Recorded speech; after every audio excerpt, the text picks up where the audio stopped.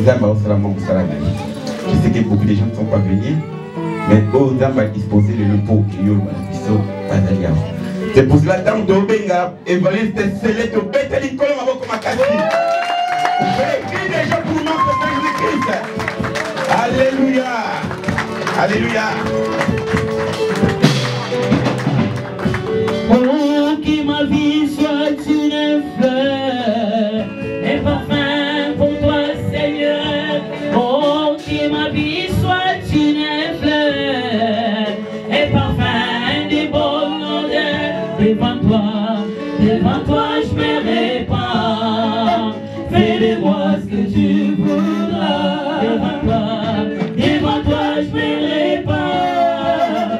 Fais de moi ce que tu voudras.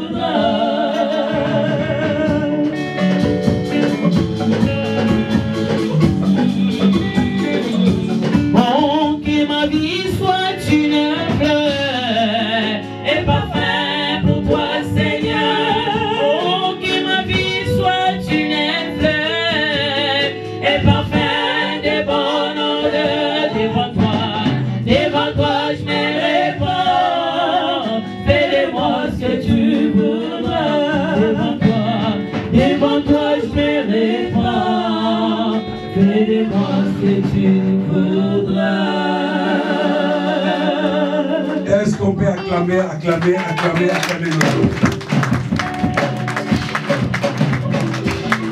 Merci. Merci les chants. Que Dieu vous bénisse. Prenons place. Restons un peu debout, s'il vous plaît. Merci, pasteur Didier. C'est mon frère. Et la chair est chère. Confiance que vous concédez la chair à d'autres personnes. Merci. En guise de reconnaissance. Merci à tous les hommes dédiés. Et merci à toute l'Église. Amen. Hein? Amen. Bien, est-ce qu'on peut rester debout et puis lire un passage avant de prier? Lisons un peu Genèse 17, verset 1er. Je demande à la salle s'il y a quelqu'un qui a la version Parole de vie. Il peut lire. Ou s'il y a des versions qui sont un peu différentes, nous pouvons lire dans deux versions un peu différentes. Genèse, chapitre 17, au premier verset. Papa.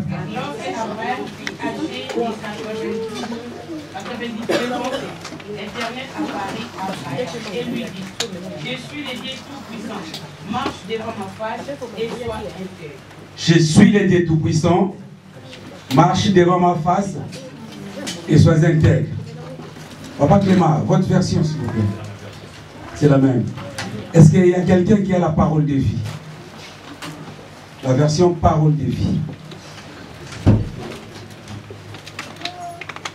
Il n'y en a pas? Je vous donne un peu ma version, Papa Clément. Prenez celle-là, comme ça. Nous allons lire dans trois versions un peu différentes. Moi, j'ai la parole de vie, que je vais lire. Lisez un peu dans Tob. Ça, c'est Tob et Kiméni.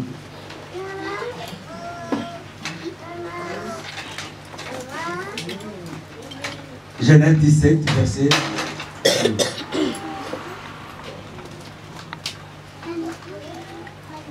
Là, c'est un peu difficile. Hein? Attendez, je vais vous montrer. Voilà, c'est là. Genèse 27. Voilà.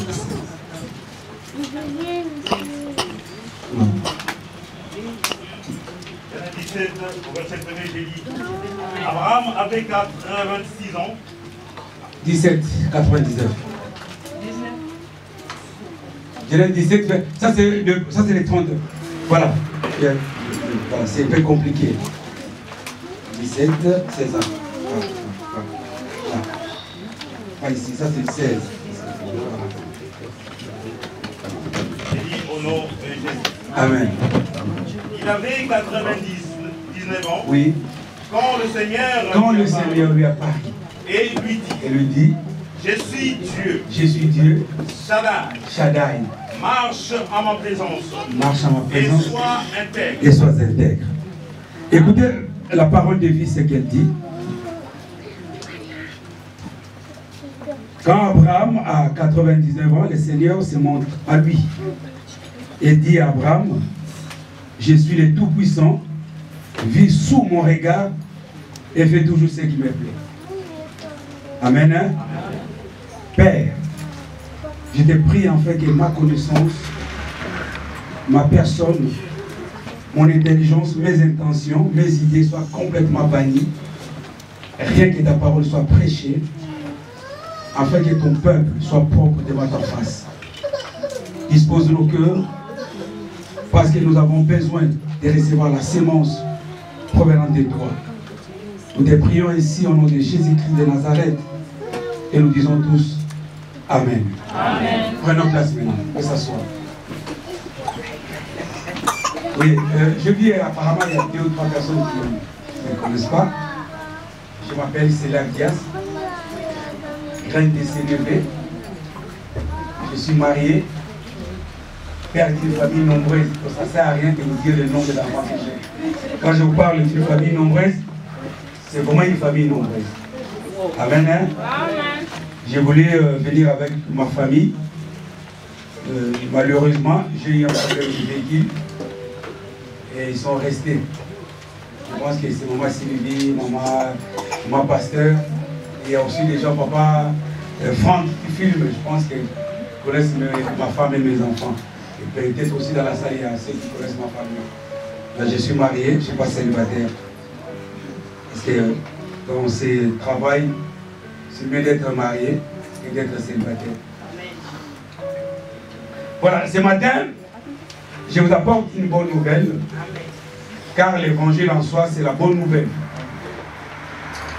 Et le thème que je vais parler ce matin, c'est intitulé « Le secours de la foi ». Amen. Le secours de la foi. À l'église, ayons l'habitude de ramener un stylo, un calepin ou une feuille afin d'écrire. C'est très important. Vous savez, nous ne sommes pas des ordinateurs. Il faut toujours avoir un cahier et avoir aussi un stylo. C'est ça qui prouve qu'on est disciple.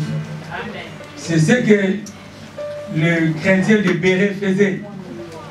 C'est pour cela, lorsque une personne s'est présentée avec l'évangile contraire à ce qu'ils apprenaient, ils étaient là pour essayer de vérifier si cela était réellement l'évangile. Le secours de la foi.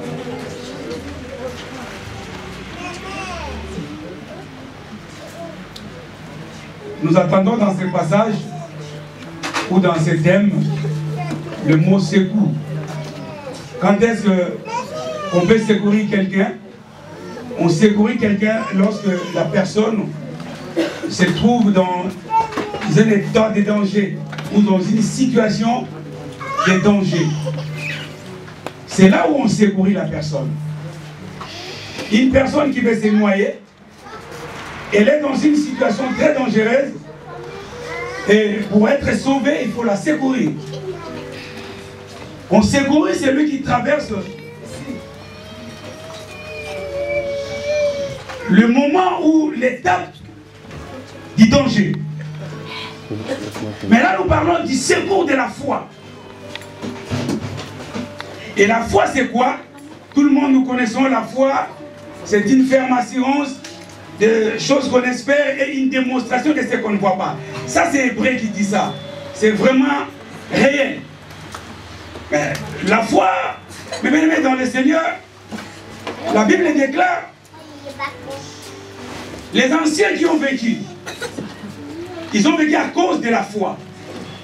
La foi, c'est une force dans la vie chrétienne.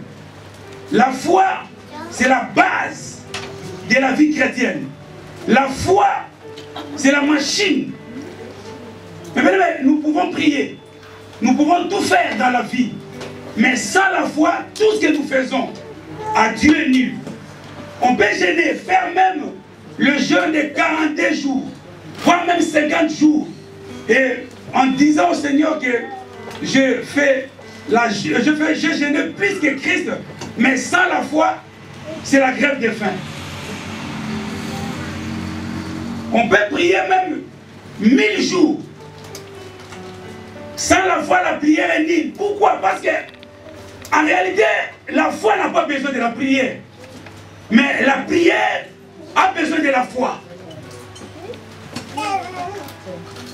Alors, le passage que nous venons de lire, la Bible dit, lorsque Abraham a eu ce 99 ans, ou à l'âge de 99 ans, Dieu lui apparaît, où Dieu se montre à lui et lui dit, Abraham, je suis le Dieu Tout-Puissant, marche devant moi et sois intègre.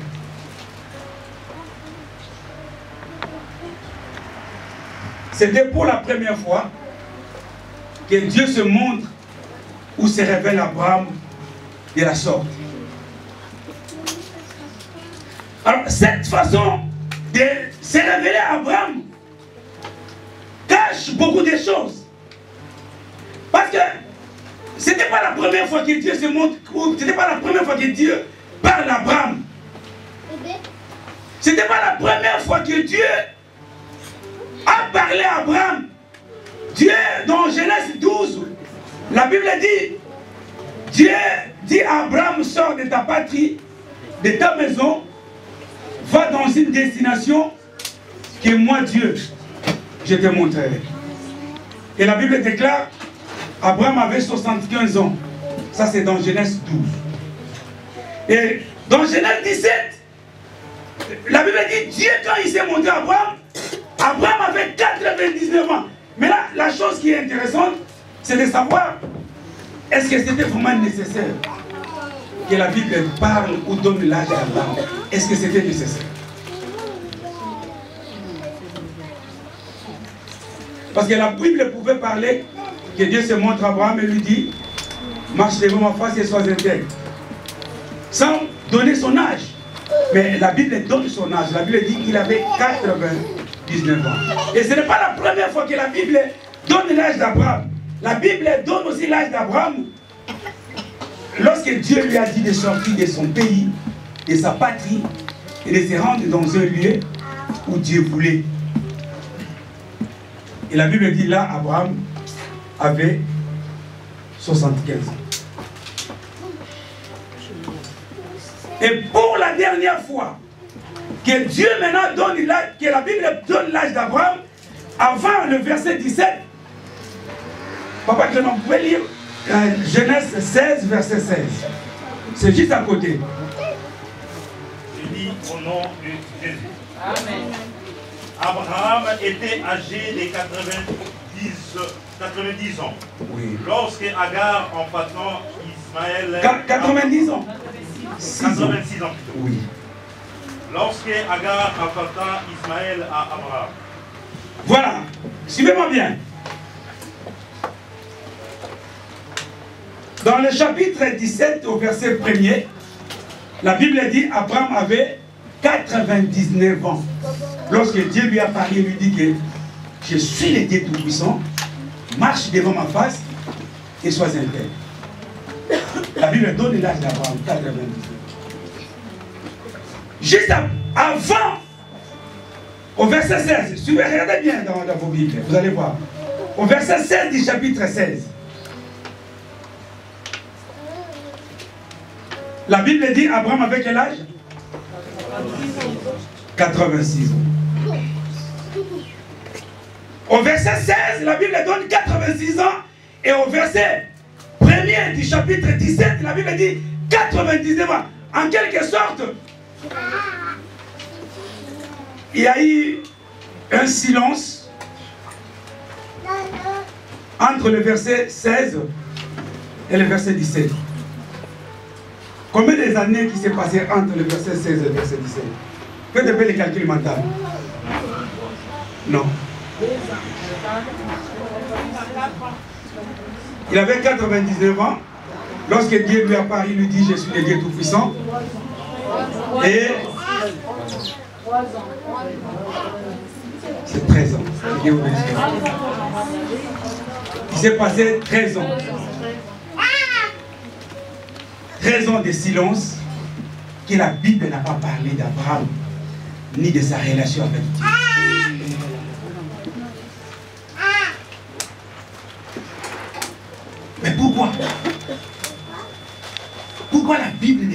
ne parle pas d'Abraham, où la Bible a marqué une pause de la relation d'Abraham et Dieu pendant 13 ans, 13 années de silence où la Bible ne mentionne rien et ne signale rien d'Abraham ni de sa relation avec Dieu. Pourquoi c'est là?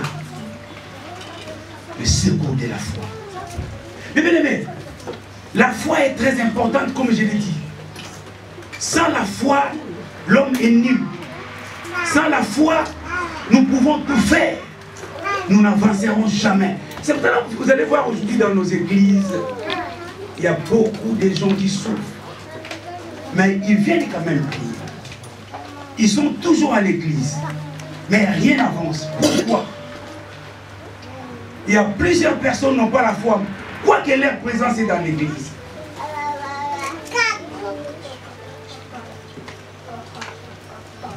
La Bible dit 13 ans.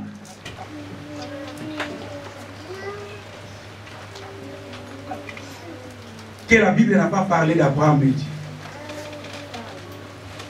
Pourquoi cela s'est fait? Vous savez, le chiffre dans la Bible, chez les Hébreux et chez les Grecs, est très important. D'ailleurs, ceux qui ont fait la théologie, ils ont fait les titres, ce qu'on appelle les titres des chiffres. On appelle ça la chiffrologie. C'est les titres des chiffres. Et chez les Hébreux ou chez les Juifs, les chiffres sont très importants. Maintenant, là, la Bible nous montre qu'il y a 13 ans qui s'est passé où la Bible n'a pas parlé d'Abraham ni de sa relation avec Dieu. Maintenant, qu'est-ce que signifie le chiffre 13? Comme j'ai dit tout à l'heure, le chiffre est très important. Vous savez, tout le monde, je pense que si je pose la question de me dire le chiffre 3, qui connaît la signification du chiffre 3? Et le chiffre 7? Le chiffre 7. Hein? Hein? Le chiffre de la perfection, de l'accomplissement, oui. Et le chiffre 8. Hein? Le chiffre 8, c'est le chiffre des recommencements. Nous avons 7 jours de la semaine. Le 8e jour, la semaine recommence. Dans l'arche de Noé, ils étaient 8. Quand Dieu a fait périr le monde, et ces 8 ont fait que le monde soit encore multiplié. C'est le chiffre des recommencements. Maintenant, nous allons comprendre le chiffre 13 veut dire quoi. Le chiffre 13, chez les Hébreux, signifie ceci. Suivez-moi bien. Le chiffre 13 signifie généralement associé au concept des choses qui sont complètement négatives. Ça, c'est les Juifs. Le chiffre 13 signifie la manque de foi, signifie l'apostasie ou signifie la rébellion. C'est le chiffre 13. Je sais, on va se demander où tu as trouvé cela, ou comment tu peux nous démontrer le chiffre 13 si réellement signifie ce que tu dis. Alors, nous allons lire dans la Bible rapidement. Lisons le livre de 1 roi. 1 roi 7, verset 1er. Rapidement.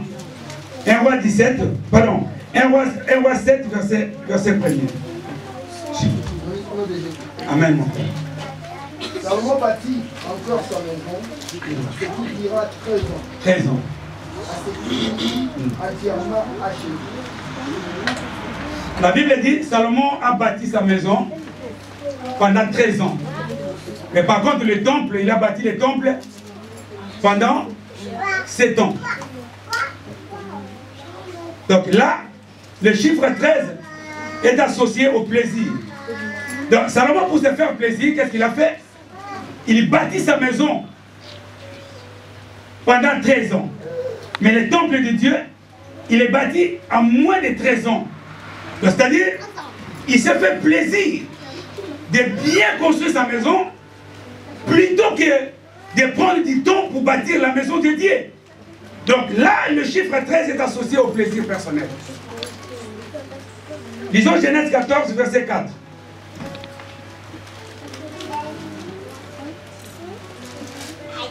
Bien aimé, lisons un peu rapidement. Là, je suis à l'introduction, je n'ai pas encore. Pendant 12 ans, ils avaient été soumis à Kedorlaomer Oui. et à 13 années. Ils s'étaient révoltés.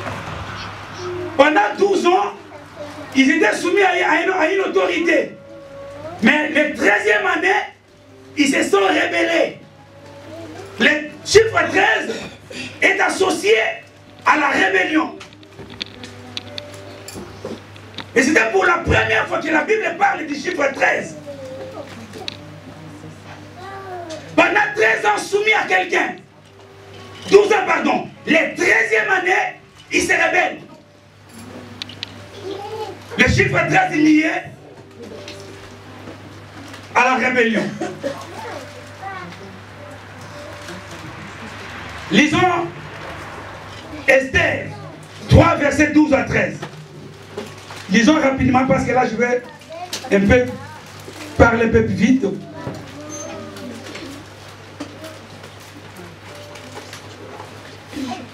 Esther 3, pardon, verset 12 à 13. Esther 3, verset 12 à 13. Oui. Cette rois furent appelés les 13e jours du premier mois. Le 13e jour du premier mois. Et l'étude suivant tout ce qui fut ordonné par Haman. Oui. Pour sa part du roi. Au gouverneur de chaque province. Oui. Au chef de chaque peuple. À chaque province selon son écriture. Oui. Et à chaque peuple selon sa langue. C'est fut au nom du roi. Assuérus, oui. Oui. Les lettres furent envoyées par les courriers dans toutes les provinces. Les lettres furent envoyées par les courriers dans toutes les provinces, oui. Pour qu'on détruisit, qu'on tuât et qu'on fit périr. Oui, oui. Jeunes, vieux, petits enfants et femmes en un seul jour. Oui. Les 13e du 13e mois. le mois d'Adar. Voilà, les 13e du 13e mois. Ça, c'était quand Haman préparait à exterminer tous les Juifs à cause de Mardochée, qui ne voulait pas se soumettre à lui. La Bible dit, Mardochée furieux, pardon, Haman furieux, et la Bible déclare, ils ont écrit un courrier pour envoyer dans toutes les provinces et dans tous les gouverneurs. Les lettres furent écrites au 13e mois, c'était le 13e jour. Chiffre 13 lié à la destruction. Le chiffre 13. Lisons Marc 17, verset 21, pardon, Marc 7, verset 21-23. Lisons un peu rapidement. C'est le dernier verset pour avoir un peu l'idée sur le chiffre 13.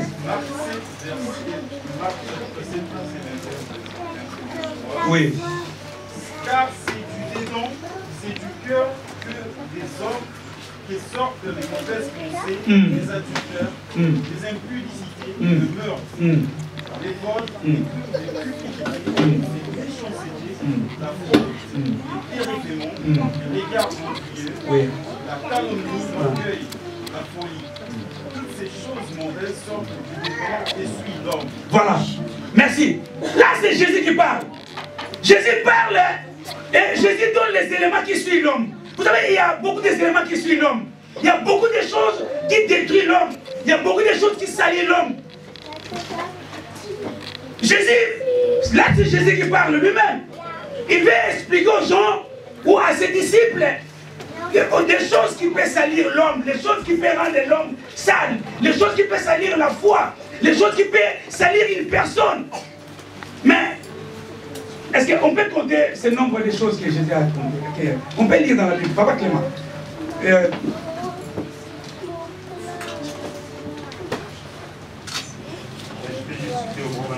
Oui. Ce qui est dedans, et c'est cœur de l'homme qui sortent les mauvaises pensées. Oui. Les adultères. Les adultères, 1. Les débauches. 2. Le meurtre. 3. Le vol. 4. Les cupidités. 5. Les méchancetés. 6. La fraude. 7. Les dérèglements. 8. Les regards envieux. 9. La calomnie. 10. L'orgueil. 11. La folie. 12. Toutes ces choses mauvaises sortent du dedans. Non, il y en a 13. Non, on peut recommencer des livres. Comptez, recommencer toutes ces choses. L'adultère. L'adultère 1. Le débauche. 2.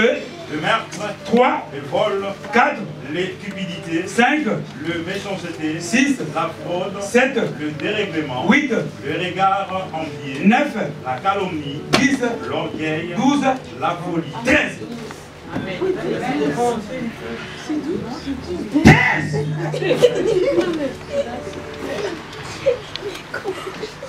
Jésus pouvait en citer beaucoup.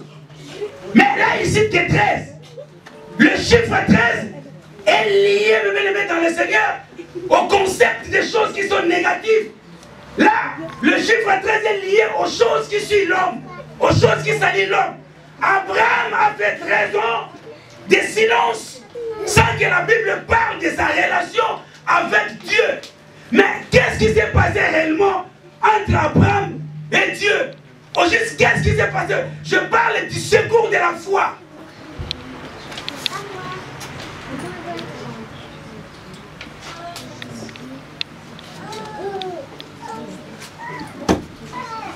Pour votre information, si vous montez dans un avion, dans l'avion, il n'y a pas le siège numéro 13, il n'y en a pas.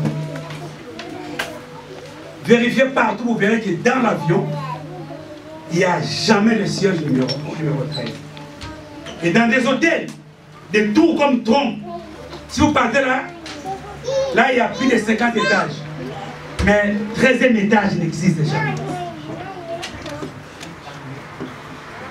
La chambre numéro 13 n'existe jamais là. N'existe pas. Allez vérifier, vous allez voir ça. C'est le chiffre qui est lié au concept des choses qui sont négatives. 13 ans de silence, que la Bible ne parle pas d'avant. Mais qu'est-ce qui s'est passé au verset 16 du chapitre 16? La Bible dit, papa, vous pouvez lire encore. Chapitre 16 au Genèse 16, verset 16 maintenant.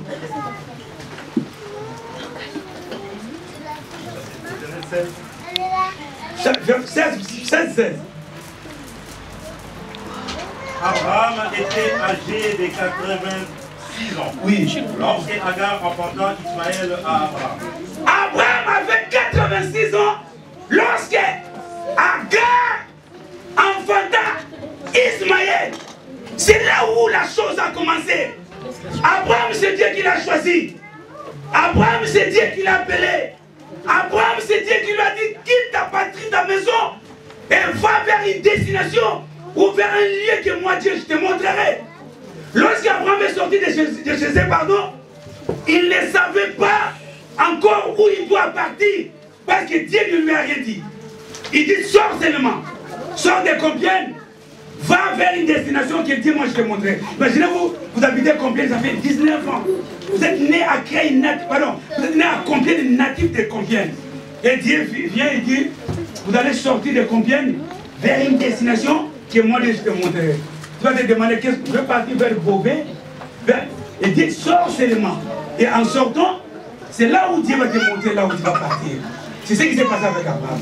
Et quand Abraham est sorti, Dieu lui dit, je te ferai grand. Tu seras un père de multitude. En quelque sorte, tu vas avoir beaucoup d'enfants. Tu vas avoir la descendance. Mais lorsqu'il est sorti, la Bible dit jusqu'à 99, jusqu'à 86 ans. Abraham n'avait pas d'enfant. Et un jour, sa femme vient lui dire, tu es déjà vieux. Ton âge est avancé. Alors comme ton âge est avancé, moi je vais t'aider. Vous savez, parfois quand j'ai lu ce passage, j'ai dit, c'est comme s'il y a des bonnes femmes aussi au monde. Il est marié, ça fait 17 ans. Et il n'a pas d'enfant dans son couple. Et un jour, son mari lui dit, Est-ce que tu peux m'autoriser d'aller faire un enfant hier? Parce que je ne comprends pas pourquoi jusqu'aujourd'hui, on n'a pas d'enfant. Écoutez, la femme dit, on a un million. Et quand j'ai lu Abraham, j'ai dit, non, quel cœur qu'il avait cette dame. C'est elle qui a proposé à Abraham. Elle dit, non, ton âge est avancé. Tu as une promesse que tu vas être un papa des enfants. Mais jusqu'aujourd'hui, les enfants n'arrivent pas encore. Et dans ce cas, pour avoir un enfant, moi je te propose de faire un enfant avec Agar qui est ma servante. Et la Bible dit, Abraham a accepté la proposition de sa femme. Or, quand il est sorti, Dieu lui a dit, tu seras grand. Ta descendance sera comme les étoiles, personne ne peut les compter. Et ta bénédiction, je te ferai un papa ou un père de multitude. Mais jusqu'à 86 ans, il n'avait pas d'enfant. Et c'est là, lorsque Agar lui a proposé, il accepte la proposition. Dès qu'il a mis au monde, dès qu'Ismaël est né, la relation d'Abraham et Dieu s'est rompue. Et Abraham est entré dans une zone de turbulence pendant 13 ans, où la Bible ne parle pas d'Abraham. Abraham a fait l'apostasie. Abraham a abandonné la foi. Abraham a abandonné la promesse. Or, la promesse a des pieds, elle marche. Habakkuk dit, même si elle date, attends, parce qu'elle marche. Si elle a accueil, attendez, elle arrive. Aujourd'hui, même dans le Seigneur, beaucoup n'ont pris la foi. Pourquoi? À cause des circonstances de ce monde. Mais si réellement cet homme est ton mari, il va te... Si réellement il est ton mari, il va t'épouser. Attends. Ça ne sert à rien de lui donner ton corps. Ça ne sert à rien. C'est aujourd'hui, oh non, moi je lui donne mon corps, c'est pour affermir notre amour. Qui t'a dit que c'est le sexe qui a fermé l'amour? L'amour, c'est Dieu qui l'a fermé. Ce n'est pas le sexe, excusez-moi le terme. Aujourd'hui, il y a beaucoup de gens, leur foi est tombée à cause des circonstances. J'ai vu un frère, excusez-moi, je ne parle pas de ce frère. J'ai vu un frère dans une église. Qu'est-ce qu'il veut? Il veut mettre au monde avec une soeur dans l'église. Bon, c'est la malade, mais pourquoi? Si, est-ce qu'au balaye? Oh non, j'ai besoin d'avoir les papiers. Qui te dit que c'est les papiers? Pour avoir les papiers, il faut faire un enfant avec une femme. Qui te dit cela? Mais dans le Seigneur, la Bible déclare lorsque Agar a mis au monde, Ismaël est né. La relation d'Abraham et Dieu s'est refroidi. La foi d'Abraham a complètement refroidi. L'apostasie. Abraham abandonne la foi. Or, en lui, il avait la promesse. Tu es la fille de la promesse. Tu es la fille de la promesse. Pourquoi tu veux abandonner ta foi à cause des circonstances qui t'accablent? Qui te dit que la maladie que tu as, tu vas mourir? Et tu acceptes même la proposition de mage, la proposition de marabout. Aujourd'hui, les gens pensent que les marabouts sont plus forts que Dieu. Mais laisse-moi te dire une chose, Dieu est plus fort que les marabouts.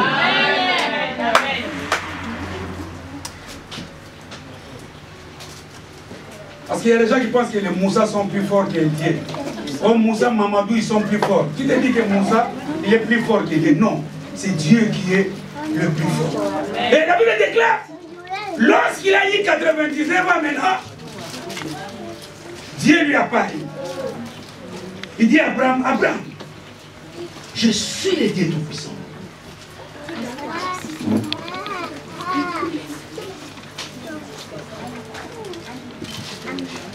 Je suis le Dieu Tout-Puissant.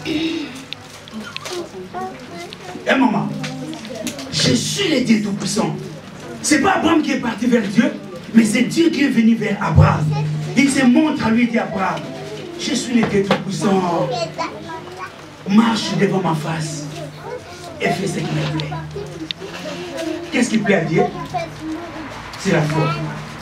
La Bible dit, sans la foi, il nous est impossible à être agréable à Dieu. Donc là, la Bible prouve qu'Abraham avait totalement perdu la foi. Pourquoi?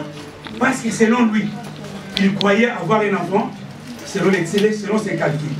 Beaucoup parmi nous font des calculs pour réussir dans leur vie. Mais laisse-moi te dire une chose, tes calculs sont complètement erronés. C'est pour cela que tu fais les efforts de réussir dans la vie, tu ne réussis toujours pas. Tu fais l'effort aujourd'hui d'avoir beaucoup d'argent et tu fais du n'importe quoi pour avoir l'argent. Mais remarquez même sur ton compte, avant que le mois arrive à la fin, tu es à moins 800 € sur ton compte. Tu n'arrives même pas à s'en sortir. Pourquoi? Parce que tu fais les calculs de réussir la vie selon tes pensées. C'est ce qu'Abraham a fait. La Bible déclare, sa femme lui propose une femme pour faire un enfant, il accepte.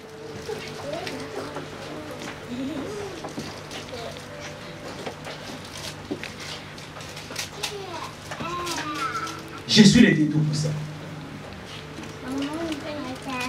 Abraham, tu sais que moi, c'est moi qui t'ai créé.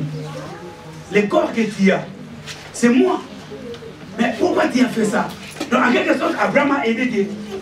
Il dit que non, Seigneur, comme cet enfant, ou les enfants que tu m'as promis, n'arrivent pas aujourd'hui, maintenant moi je vais t'aider. Personne ne peut aider Dieu dans la vie, frère. Si tu veux aider Dieu, tu finiras de mettre dans le Seigneur à avoir des histoires. J'ai croisé un ami, et parfois quand j'ai réfléchi à ça, je rigole. Il est en France, ça fait longtemps. Il n'a pas de papier. Alors, il part voir son médecin. Le médecin lui dit, bon, je vais te prescrire les examens à faire. Et après les examens, je vais voir si tu es malade. Moi, je vais faire une attestation pour faire une demande de titre de séjour à la préfecture. Il est parti faire ses examens. Les examens sont sortis négatifs. C'est-à-dire qu'il était en bonne santé. Quand il est venu chez le médecin regarde les examens, les résultats parlant, il dit, monsieur, j'ai une bonne nouvelle. Lui, selon lui, la bonne nouvelle, il faut qu'il soit malade. Alors que Jésus-Christ a payé le prix de la maladie à la croix par des médecins. Alors lui dit, le médecin, j'ai une bonne nouvelle. Pour lui, il s'attend que non. Peut-être tu as la tuberculose, peut-être tu as la diabète. Le médecin lui dit non, tu es en bonne santé. Vraiment, tu es en bonne santé. Donc, il faut être content parce que tu es en bonne santé. Donc, les résultats sont complètement exacts et puis sans problème. Il sort chez le médecin. On se croise, dimanche surtout on se croise. Ah, bon, ça va mon frère, tu viens d'où? Il vient, je viens chez le médecin. Ah d'accord, tu n'es pas de bon. Il m'a prescrit les médicaments et il m'a dit de faire les examens, pardon, il m'a prescrit les examens et il m'a dit après les examens, il allait me faire une attestation pour me faire une demande de titre de séjour à la préfecture, mais écoutez la réponse, hein, mais malheureusement, je suis en bonne santé. Je dis, mais toi tu voulais avoir quoi? Donc tu voulais être malade. Voilà, aujourd'hui il y a beaucoup de gens qui veulent être malades juste pour les papiers. Donc selon leur calcul, vous savez, il y a beaucoup qui sont fous. Donc, coup de tête. Mais tu n'es pas fou, tu es normal. Ça c'est le calcul humain. Donc pour toi, pour avoir les papiers, il faut être malade, mais tu contredis Dieu. Dieu a payé le prix de ta maladie à la croix. La Bible déclare par les maîtrises de Jésus, nous sommes guéris. Mais toi tu veux être malade. Je suis le Dieu Tout-Puissant. C'est moi qui t'ai pris là où tu étais. Je t'ai amené enfant. Et c'est moi qui est capable de te donner le papier. Pourquoi tu veux prendre ma place? Je suis le Dieu Tout-Puissant, Abraham. Lève-toi, marche devant ma face et fais ce qui me plaît. Garde la foi, le secours de la foi. Dieu est venu au secours de la foi d'Abraham. Abraham a fait tomber la foi. En sortant de chez lui, il était bourré de promesses de Dieu. Mais au bout d'un certain temps, à cause des circonstances, la foi est tombée. Est-ce que tu sais que tu es une femme sérieuse? Tu sais aujourd'hui pourquoi il te traite de moins sérieuse? Parce que tu croyais que cet homme pouvait te donner les papiers et tu as tout donné. Et aujourd'hui il parle mal de toi. Assume.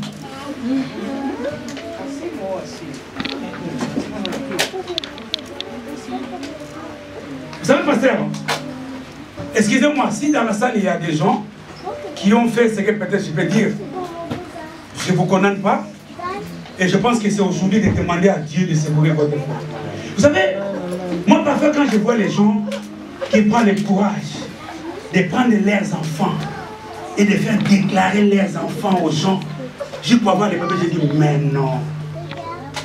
Parce que vous connaissez les risques.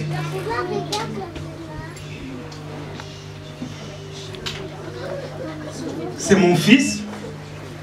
Je viens et je dis à papa Clément, déclare cet enfant.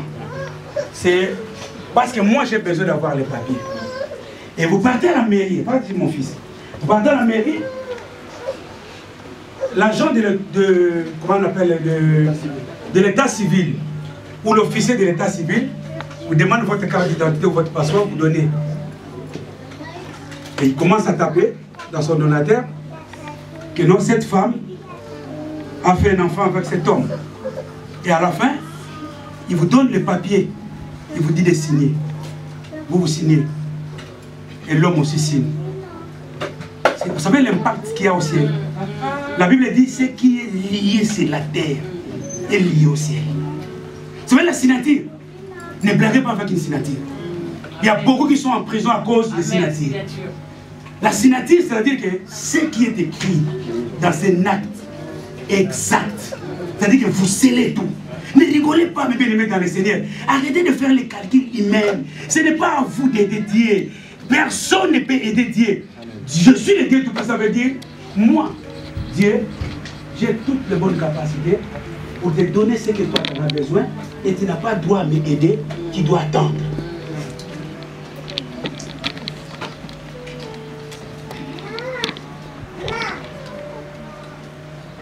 Vous savez, les Français disent, c'est la fin qui justifie les moyens. Mais à Dieu, ce n'est pas la fin qui justifie les moyens. C'est les moyens maintenant qui justifient la fin. C'est-à-dire, tu as eu les papiers, oui c'est bien. Tu as un attitude, là tu travailles, tu es content. Mais par quel moyen que tu as pris ces papiers? Quel moyen, quelle méthode? Personne ne peut aider Dieu. Donc la méthode n'est pas exacte, n'est pas correcte. C'est l'abandon de la foi. Vous savez, j'ai mon professeur qui m'enseigne sur les cours bibliques ou la théologie. La dernière fois que j'ai parlé avec lui, il me dit, Célestin, j'ai mes papiers en Belgique sans même que je parte mentir à la préfecture ou aux officiers ou aux autorités de la Belgique. Quand je suis arrivé, je suis parti à l'université et j'ai fait ma demande comme pasteur et ils m'ont donné les papiers comme pasteur. Et quand il disait ça, au fond de moi, je me demandais, est-ce que si nous sommes enfants de Dieu, nous ne pouvons pas croire que Dieu peut, dans ses méthodes, te donner les papiers sans que tu mentes.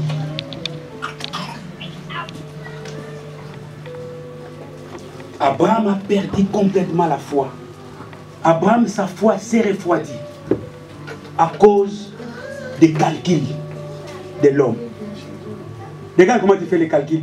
Chaque jour qui passe, tu fais les calculs qui n'est même pas exact à la parole de Dieu. Mais ce matin, Dieu veut secourir ta foi. Dieu ne te condamne pas. Et Dieu ne veut pas non plus te condamner. Mais Dieu aujourd'hui veut te rappeler que tu ne peux pas l'aider. Lisons un peu la Bible.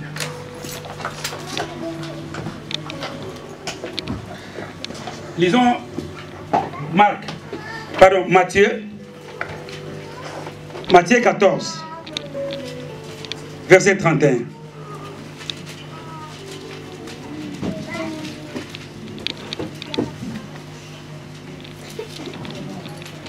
Matthieu 14, verset 31. Aussitôt Jésus étendit la main, le saisit et lui dit, homme de peu de foi, pourquoi as-tu douté? Oui, continuez. 32. Et ils montèrent dans la barque, et le vent cessa. Ceux qui étaient dans la barque vinrent adorer Jésus et dirent, tu es véritablement le Fils de Dieu. Suivez-moi bien.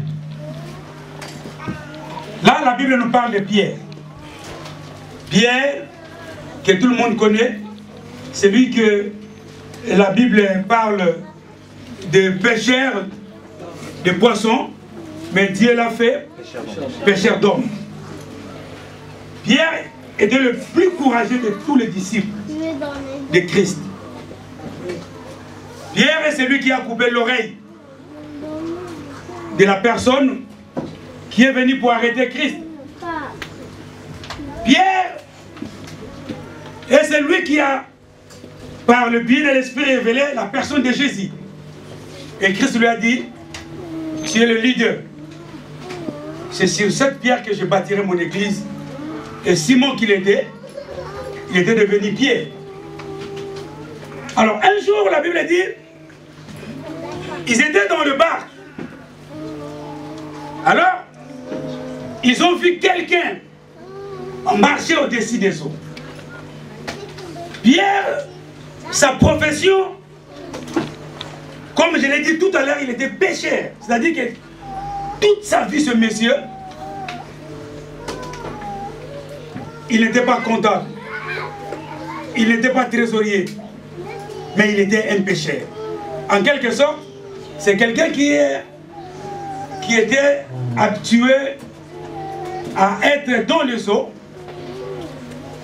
et vivre ce qui se passe sur les eaux. Alors, Pierre et ses collègues dans le bar, ils voient de loin quelqu'un qui marche au-dessus des eaux. Alors, ils étaient là, ils se disputaient. Non, c'est un fantôme. Et les autres disaient non, c'est une personne. Non, c'est un fantôme. Non, c'est une personne. Non, c'est un fantôme.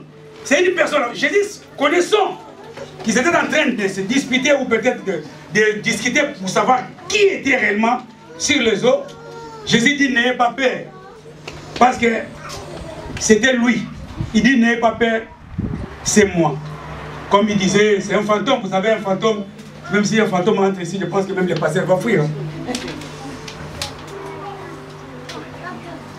Et Jésus dit c'est moi, n'ayez pas peur. Alors, Pierre étant que courageux, il dit bon, si c'est toi, c'est au conditionnel. Hein?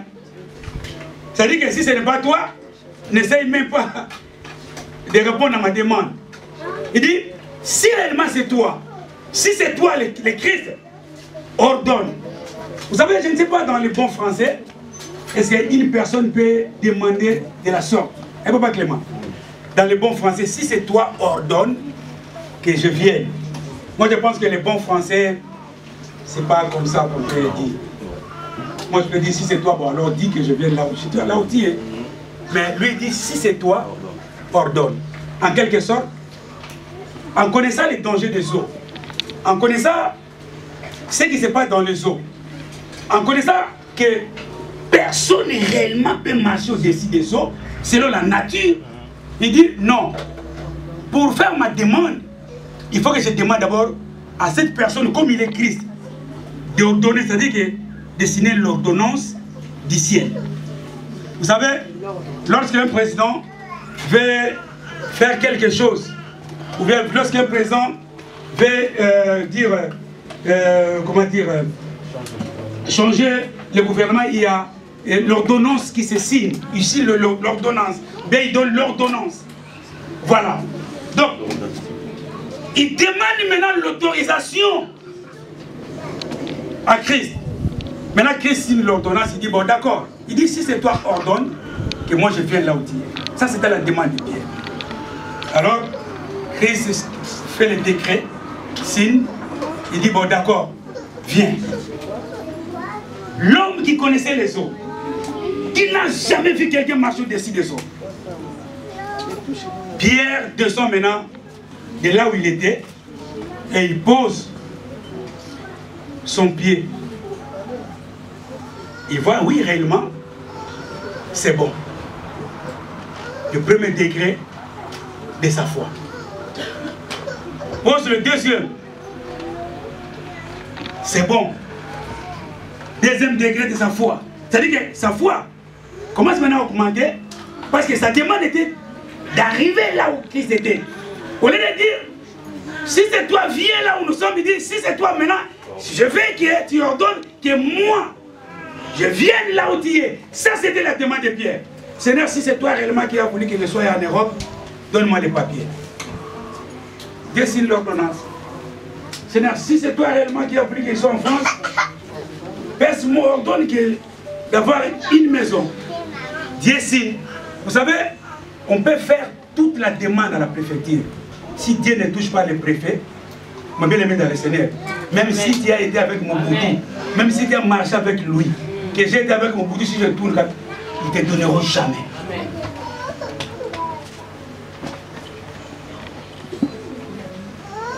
Pierre avance sur les eaux, mais arrivé à un certain moment, la Bible dit qu'il a eu peur. Pourquoi il a eu peur?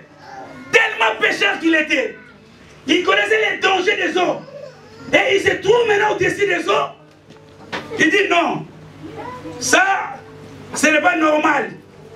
Personne dans la vie peut marcher au-dessus des eaux. La Bible dit qu'il a eu peur. Et il a commencé à se fondre, à s'émerger.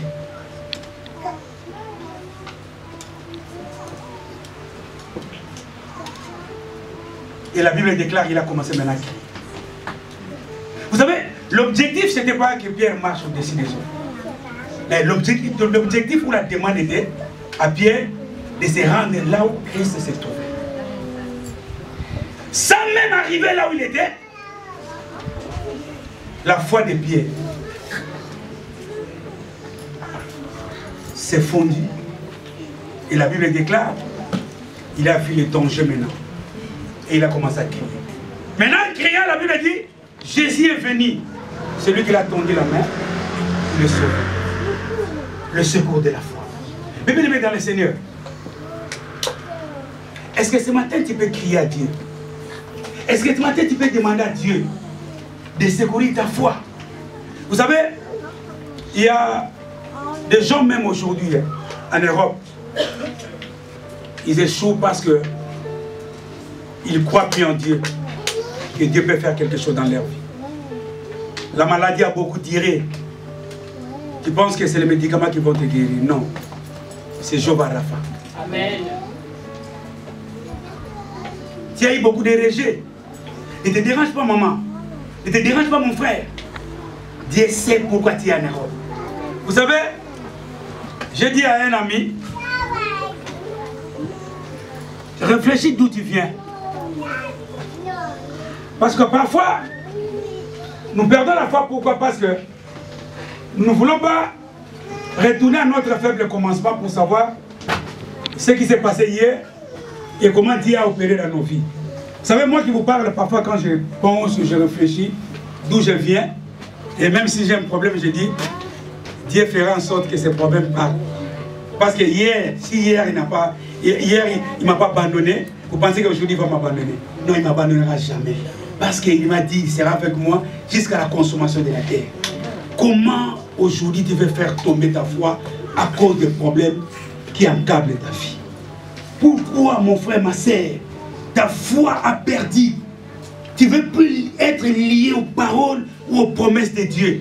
Or, Habakkuk dit, même si la promesse tarde, elle s'accomplira. Il faut attendre toujours. Ne fais pas tes calculs.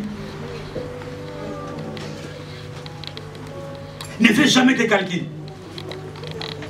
Les enfants, c'est bien. Faire un enfant pour avoir les papiers, c'est bien. Mais vous savez, la vie de l'enfant, je peux dire, c'est un processus. La vie de l'enfant, il y a un devoir.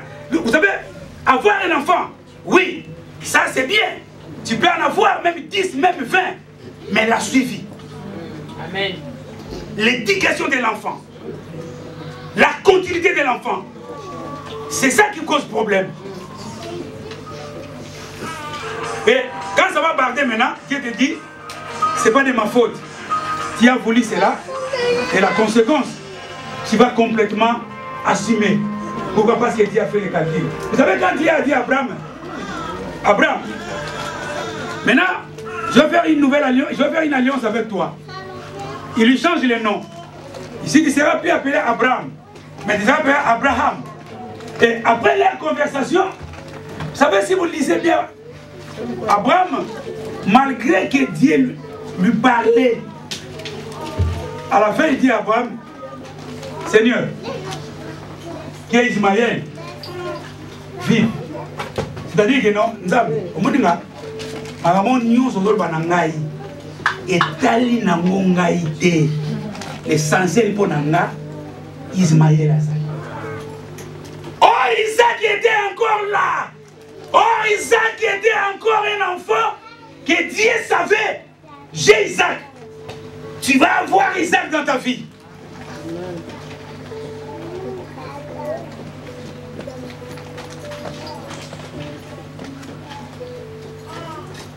Pourquoi tu veux troubler ta foi? Pourquoi ta foi n'a plus de position? Ce matin, Dieu veut te secourir. Dieu veut secourir ta foi. Il ne te condamne jamais. Il ne dit pas que moi je t'abandonne. Il n'a pas abandonné Abraham. Mais il est venu vers Abraham pour secourir sa foi. Et il lui dit, lève-toi et marche, fais ce qui me plaît. Et aujourd'hui on appelle Abraham le père de la foi. Pourquoi? Parce qu'il s'est relevé. Et en se relevant, il a continué à faire maintenant ce qui plaît à Dieu. C'est-à-dire de garder maintenant la foi. Est-ce qu'aujourd'hui tu peux dire, Seigneur, ce que j'ai fait hier était contraire à ta volonté. Mais aujourd'hui, je me relève. Je prends ma foi. Je secouris ma foi. Vous savez, les disciples, ils ont demandé à Christ un jour, Seigneur, augmente-nous la foi. Ça, c'était les disciples qui ont demandé cela. Seigneur, augmente-nous la foi.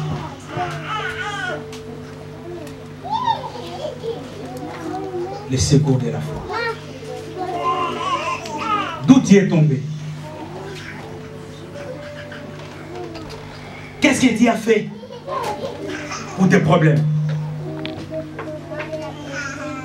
Qu'est-ce qui ne marche pas dans ta vie? Et Dieu est même prêt à abandonner la foi. Dieu est même prêt à partir plus loin. Moi, souvent, quand ceux qui ne viennent pas à l'église, parce qu'il a eu des problèmes avec quelqu'un dans l'église, parce qu'il a eu des problèmes peut-être avec son pasteur, et il fuit l'église, il ne veut plus venir à l'église. Moi, parfois, je dis ça, c'est abandonner complètement, je peux dire, la foi. Pourquoi? Parce que la Bible dit, n'abandonnez pas vos assemblées. Alors, lorsqu'on abandonne les assemblées, c'est-à-dire qu'on met réellement de côté cette parole. Il y a ceux qui même qui se trouvent dans leur maison et qui ne veulent pas venir à l'église. Pourquoi? Parce qu'ils ne veulent plus prier. Pourquoi? Parce qu'ils sont dessus à cause de problèmes dans leur vie. Mais Dieu dit à Abraham, je suis le Dieu Tout-Puissant. Personne ne peut m'aider. Il ne faut jamais m'aider. Laissez-moi accomplir ma volonté. Est-ce que nous savons tous que Dieu a pas mal de promesses qu'il nous a promises?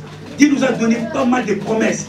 La Bible déclare, nous serons la tête et non la queue. Mais attends, Dieu est réellement la tête. Vous savez, parfois, nous ne croyons pas à la parole de Dieu. C'est parce que réellement, nous voulons précipiter les choses. Moi, je connais une famille, un couple, ils ont eu leur enfant à l'âge, pardon, après 21 années de mariage. 21. Et cette dame, on était parti dans un deuil à Amiens, quand elle nous parlait de son histoire, la famille de son homme, tout le monde parlait mal de cette dame, mais la femme disait à son mari, gardons la foi, nous avons un Dieu. Après 21 ans, quand elle est tombée enceinte, elle était même à l'âge de ménopause, selon les humains. Mais à Dieu, l'âge de ménopause n'existe pas. Parce que Dieu peut donner un enfant à une dame de 99 ans ou à une femme même de 102 ans. D'ailleurs, il faut lire la Bible. À quel âge que Sarah a eu l'enfant? Lisez la Bible. Aujourd'hui, peut-être on regarde l'âge. Bon, mon âge est avancé. Même si un voyou se présente devant moi, je vais accepter parce que j'ai toujours besoin du mariage. C'est bien. Oh non, ce frère, ce monsieur-là, malgré il est païen, je vais quand même accepter parce que moi je vais devenir le Saint-Esprit et je vais faire le mieux possible pour qu'il se répande. C'est bien, deviens le Saint-Esprit. C'est juste parce que tu veux abandonner la foi. Tu ne veux pas attendre. Abraham, moi je suis le Dieu Tout-Puissant. Il fallait attendre le fils de la promesse. Parce que je t'ai promis, tu es le père de multitudes. Le calcul que tu viens de faire, ce n'est pas mes calculs. J'ai d'autres calculs par rapport à Ismaël. Lève-toi et marche devant ma face. Fais ce qui me plaît.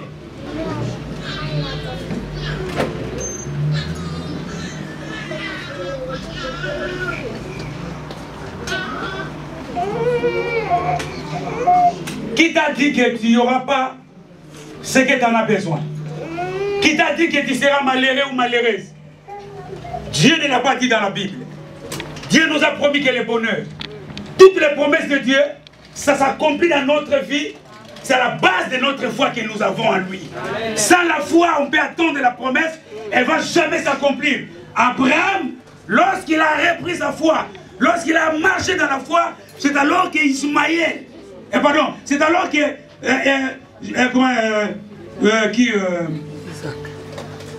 Jacob, hein, son fils, Isaac, pardon, c'est alors que Isaac est venu. Isaac, le fils de la promesse, il fallait qu'il attende Isaac, mais il a précipité ses fils en ayant Ismaël. Attends ton Isaac, il est là. Attends tes papiers. Ne va pas se faire minimiser ma soeur. Ne va pas se faire minimiser mon frère. Ne va pas détruire ta réputation. Sois constant et attends la promesse de Dieu. Vous savez, lorsqu'ils distribuaient la manne, la Bible dit, ils ont dit à tout le monde qui était dans le lieu de s'asseoir et d'attendre chacun son tour. Chacun son tour. Qui t'a dit parce que lui il a eu et toi tu n'auras pas? Qui t'a dit ça? Parce qu'aujourd'hui c'est la compétition. Réussir dans la vie, ce n'est pas une compétition. Hein. J'ai suivi une pasteur sur l'internet qui a dit que tous nous sommes venus dans ce... Dieu nous a mis dans ce monde, chacun a cette destinée et chacun a ce que Dieu a prévu pour lui. Ce qu'il y a à mon frère, c'est à lui. C'est ce que Dieu a prévu pour lui. Parce qu'aujourd'hui, c'est la compétition qui fait en sorte que nous ne voulons pas attendre. Parce que lui, il a eu sa maison et moi aussi, je vais avoir ma maison. Parce que lui, il a acheté et les hommes se précipitent pour partir acheter. Non, attends le moment venu, cela va s'accomplir dans ta vie. N'abandonne jamais ta foi. Le secours de la foi.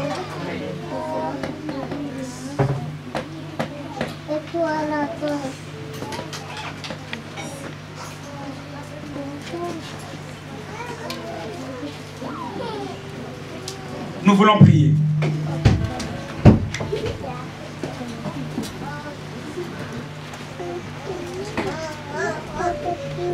Nous voulons maintenant prier. Est-ce que tu n'as pas abandonné la foi quelque part? Qu'est-ce qui t'arrive dans la vie?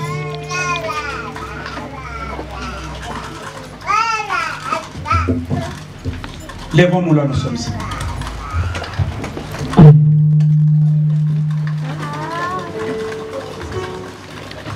Est-ce que tu peux prendre le temps de la réflexion?